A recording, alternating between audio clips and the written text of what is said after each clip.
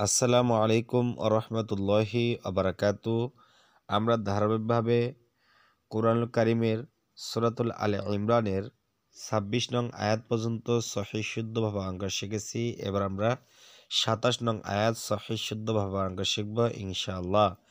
আর যারাই আমার ভিডিওগুলো ধারাবাহিকভাবে পার্ট টু পার্ট দেখেছেন, আমি মনে করি তারা সহিহ শুদ্ধভাবে এখন কোরআন মাজিদ পড়তে পারতেছেন, এটা আমি আশা করি। কারণ আমি কায়দা যত মূলনীতি রয়েছে সমস্ত মূলনীতি আমি আপনাদেরকে প্রত্যেকটা পাঠে বলে দেই, যাতে আপনি যে কোনো কোরআন সহিহ শুদ্ধভাবে পড়তে পারেন। শুধু এই কালার বোর্ড নয়, যে কোনো কোরআন পড়তে পারবেন। এই জন্য আমার ভিডিওগুলো দেখার সময় একটা ধৈর্য সহকারে, মনোযোগ সহকারে খাতা কলম নিয়ে না হলে বসবেন, বসে পড়া দেখা শুরু করে দেন ভিডিওগুলো।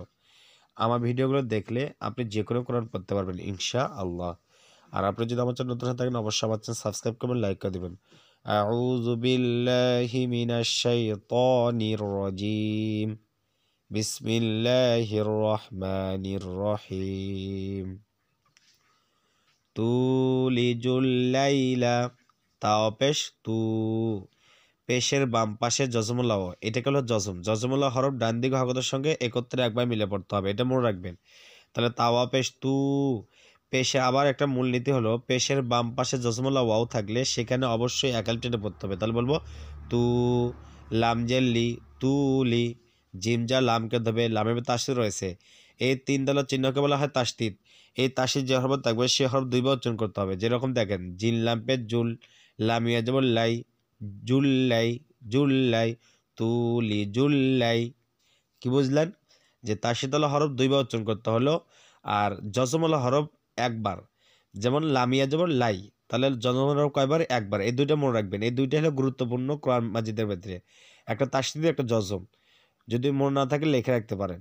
এই তাসদিদ দুইবার উচ্চারণ করতে হয়, জজমে একবার। যেরকম দেখতে পেলেন তুলি জুল্লাই, লাম যেমন লা, তুলি জুল্লাইলা, তুলি জুল্লাইলা। ফাজা নুনকে ধরবে, ফানুনজের ফিন, নুনে তাসদিদ গুণা করা ওয়াজিব। তাসদিদ হলো নুনের কমলা কালার রঙ কথা, তাহলে এখানে গুণা করে পড়তে হবে, এটা কালার বোর্ডের জন্য। কি বললাম? তাসদিদ হলো নুনের যদি কমলা কালার রঙ করা থাকে তাহলে সেখানে অবশ্যই গুণা করে পড়তে হবে। বলতে হবে ফিন, নুন জবর না, ফিন না, হা আলিফ জবর হা, জবরের বাম পাশে খালি আলিফ, এক আলিফ টান, তাহলে বলবো হা, রজের রি, ফিন নাহারি। এগুলো মনে রাখতে হবে, জবর বাম পাশে খালি আলিফ এক আলিফ টানে মনে রাখতে হবে। তাহলে তুলিজুল লাইলা ফিন নাহারি, তুলিজুল লাইলা ফিন নাহারি। আমার সাথে বলেন, বলেন তুলিজুল লাইলা ফিন নাহারি। এরপর ওয়াজর ওয়া, তাওয়া পেশ তু, পেশের বাম পাশে জজমুল্লাহ ওয়াও এক আলিফ টান, ওয়া তু, লামজেল্লি, জিমজা নুন কে ধবে, জিম নুন পেশ জুন, ওয়া তুলি জুন। দেখেন নুনটাকে গুণা করে পড়তে হবে, এটা যদি মনে রাখবেন। যদি নুনের বা তাসদিদ থাকে, কি বললাম? যদি নুনের বা তাসদিদ থাকে তাহলে সেই নুনটাকে অবশ্যই গুণা করে পড়তে হবে, এইভাবে জুন, এটাকে বলে গুণা। তাহলে বলবো জুন।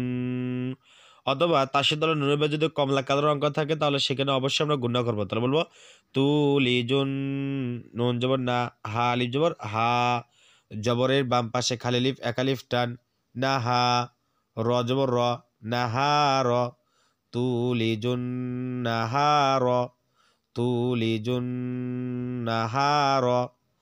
ফা, ফাজা লামকে দেবে, ফা লামজের ফিল, লামজা ইয়াকে দেবে, লামিয়া যেমন লাই, ফিল লাই।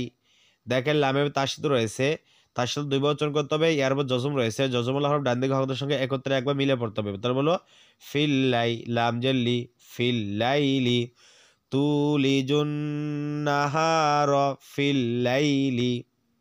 আমার সাথে বলেন, বলেন ওয়াতুলিজুন নাহার ফিল লাইলি। এরপর আসুন ওয়াজর ওয়া, তা খাপেশ তুখ, ওয়া তুখ, রজের রি, ওয়া তুখ রি, জিমজা লামকে দেবে, জিম লামপে জুল, ওয়া তুখ রি জুল, ওয়া তুখ রি জুল। হাজা ইয়াকে দেবে, হাইয়া জবর হাই, ইয়া জবর ইয়া, হাইয়া।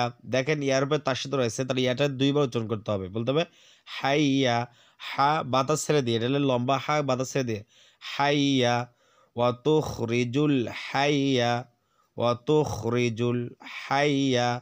মিম যে মি, নুন যা লামকে দেবে, নুন লাম জ নাল, মিনাল, মিম ইয়া জবর মাই, মিনাল মাই, ইয়াজের ই, তাজের তি, মিনাল মাই ইতি, মিনাল মাই ইতি, ওয়াতুখরিজুল হাইয়া মিনাল মাই ইতি। আমার সাথে বলেন, বলেন ওয়াতুখরিজুল হাইয়া মিনাল মাই ইতি। এরপর আসুন, ওয়াও জবর ওয়া, তা খা পেশ তুখ, ওয়া তুখ, রাজের রি, জিমজা লামকে দেবে, জিমলাম পে জুল, ওয়া তুখ রিজুল, ওয়া তুখ রিজুল, মিমিয়াজর মাই, ইয়াজের ই, মাই ই, ওয়া তুখ রিজুল মাই ই। জজমুল্লাহ হরফ ডান দিকে হরফের সঙ্গে একত্রে মিলে পড়তে হবে, তার সাথে দুইবার, মিমিয়াজর মাই, ইয়াজের ই, মাই ই, তা জবর তা, মাই ই তা, ওয়া তুখ রিজুল মাই ই তা, ওয়াতুখরিজুল মাই ইতা, মাই ইতা। তাও দুইবার উচ্চারণ করতে হবে তার সাথে, ওয়াতুখরিজুল মাই ইতা, মিম জের মি, নুন লাম জবর নাল, মিনাল, জজমুল হরফ ডান দিকে হকের সঙ্গে একত্রে মিলে পড়তে হবে, মিনাল, হাইয়া জবর হাই, ইয়াজের ই, মিনাল হাই ই, মিনাল হাই ই। তাহলে আমরা বলি ওয়াতুখরিজুল মাই ইতা মিনাল হাই ই।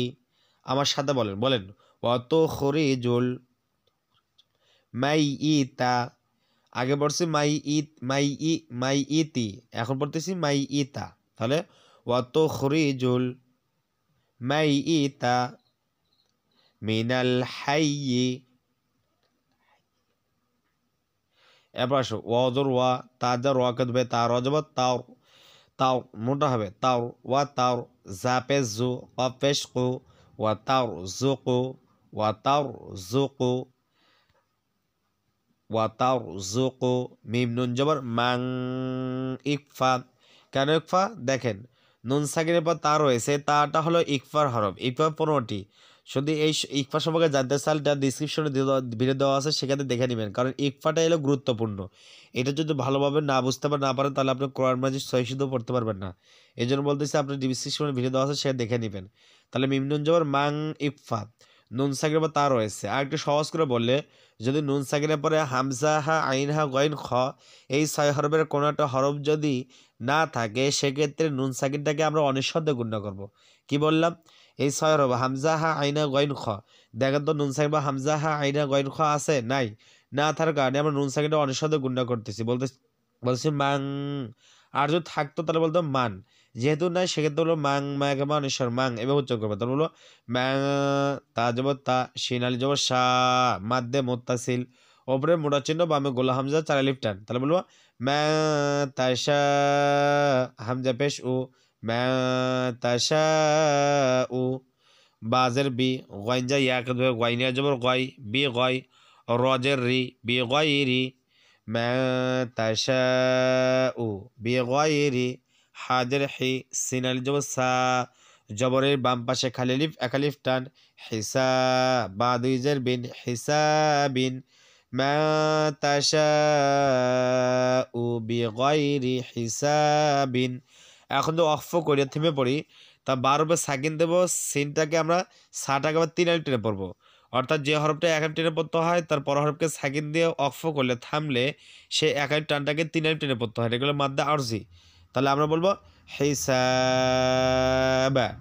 আর বাটা যেহেতু কলকলা হরফ, অর্থাৎ 12 সাকিন হলে বাটা কলকলা হরফ হয়ে যাবে, এই জন্য ধাক্কা দিয়ে পড়তে হবে, বলতে হবে হিসাবা, মা তাশাউ বিগাইরি হিসাব। আমার সাথে বলেন, বলেন ওয়াতারযুকু, মা তাশাউ বিগাইরি হিসাব। তাহলে বুঝতে পারলেন কোন জায়গায় টানতে হবে, কোন জায়গায় গুন্ডা করতে হবে। যদি আপনাদের কাছে আমার ভিডিওগুলো ভালো লেগে থাকে তো অবশ্যই আমার সাবস্ক্রাইব করে লাইক করে দেবেন। আসসালামু আলাইকুম ওয়া রাহমাতুল্লাহি ওয়া বারাকাতুহু।